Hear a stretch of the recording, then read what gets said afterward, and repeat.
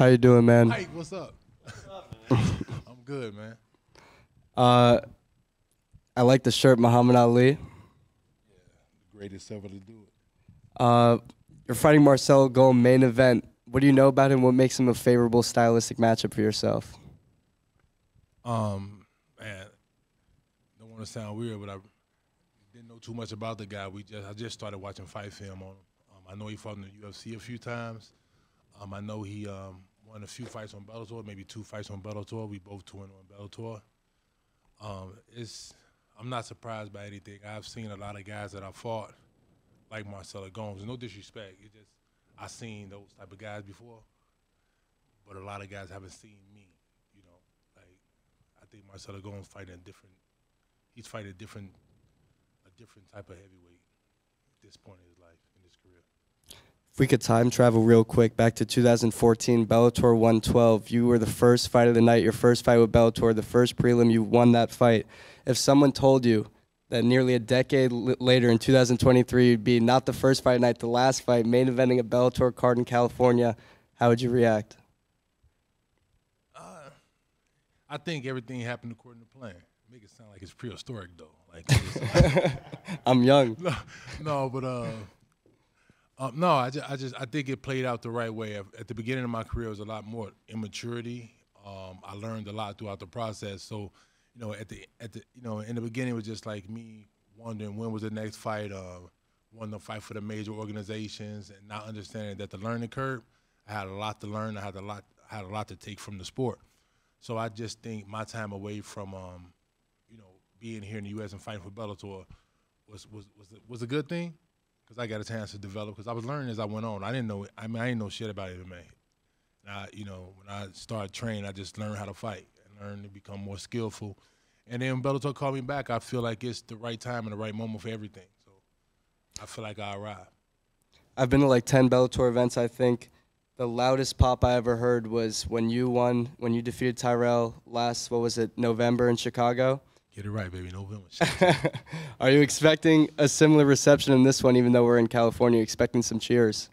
Well, I'm expecting to come in and me, coaches, to do what we do, execute the game plan, and remain victorious. You know what I'm saying? So whatever the crowd do, they do.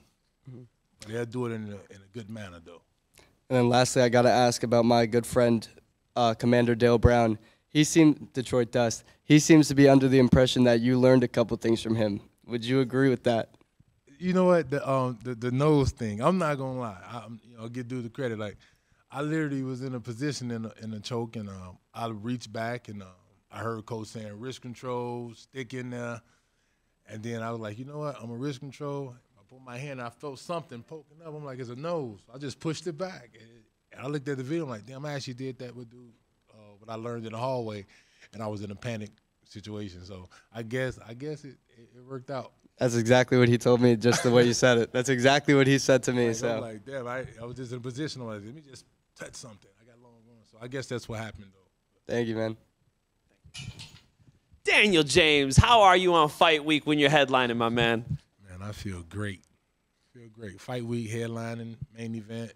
You don't get no better than this right now. I'm stoked.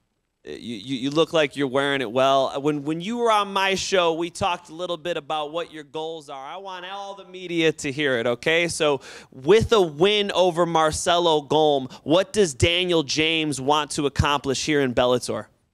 Man, to be honest, man, I'm done saying it. We all know what it should be. I understand Lynn Vassell got the title shot after this, but 2 sellout shows, like, company needs to realize what they're doing. Like, stop waiting. Just let me go to the title shot now. No disrespect to Lynn Vassell. I'll take him on or whoever. But the thing is, my target right now is Ryan Bader and Lynn Vassell, both of them in those waters. But, 2 sold-out shows, man, the big man on campus right now. Like, the team need to be on alert. You know what I'm saying? Like, there's a new shirt for town. The band is, my band is here. We in town. We ready to play. You feel me? So, like, this win tonight should get me towards the title shot. If they got to get somebody to boot, give them the boot. But I'm willing to wait my time, but I'm not willing to wait too long. I think the best decision right now, a money move, is to let Daniel James fight in Chicago June 16th for the world title. You stole my next question. You noticed they put that Chicago event down. Yeah, they couldn't wait. They playing. They teasing themselves. Like the thing is, stop waiting. Like I'm going out Friday night, and me and coaches, we gonna train really, really hard. So I'm not gonna sit up here and act like I'm the best fighter in the world or the best heavyweight on the planet. But you know, when I'm in a fight, I'm in the cage. I come to do what I do, and I leave it all in the cage. And Friday night, man, we here to put on a show. We ain't come to play no games for nobody. So they need to not take this lightly. Like, we come to show out, and we only here for one thing with Bellator. We come to get the strap and, you know, and do what we do. Like, we not trying to hang around. We trying to get the strap, win, knock people down, and when we ready to give it up, we'll give it up.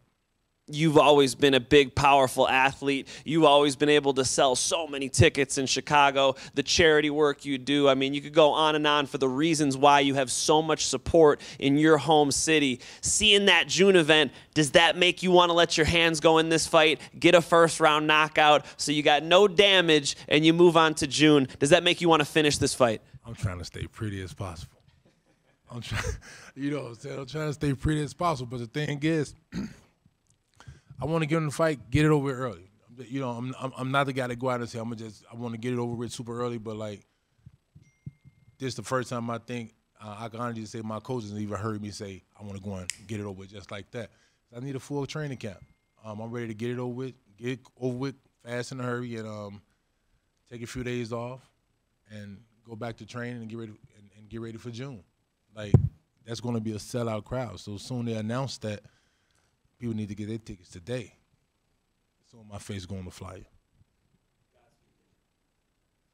Hey, Dan, right here. So right now you're riding a 4-fight win streak with some impressive performances, some big wins.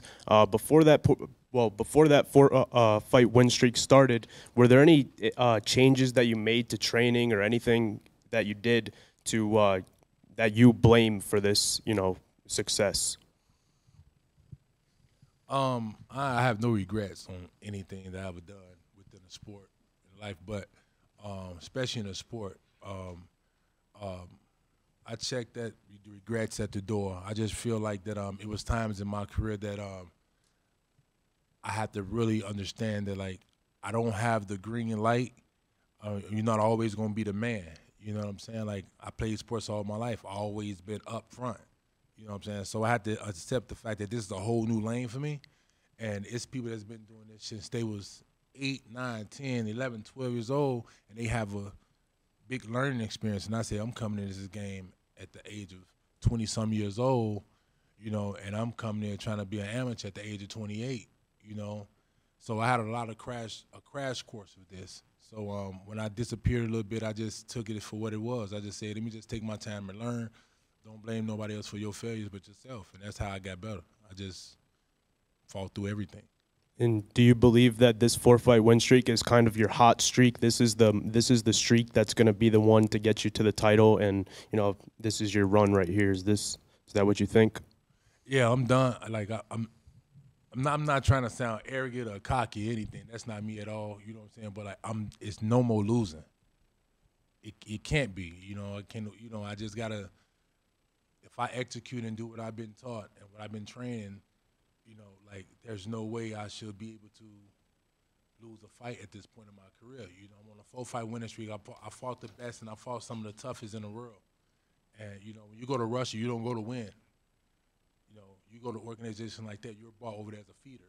Yep. And to be over there and become top 5 in the rankings, you know, and then to come back to the USA and fight for Bellator. So it wasn't me coming back saying, oh, I'm fighting against the big top guy, Tyrell Fortune. It was just me coming back fighting against a smaller heavyweight, you know, a guy that wrestles, and I just have to make him do what he do, and that's wrestle and try to shoot. And he caught that hand, and that's it. So it's no more losing right now if I do what I have.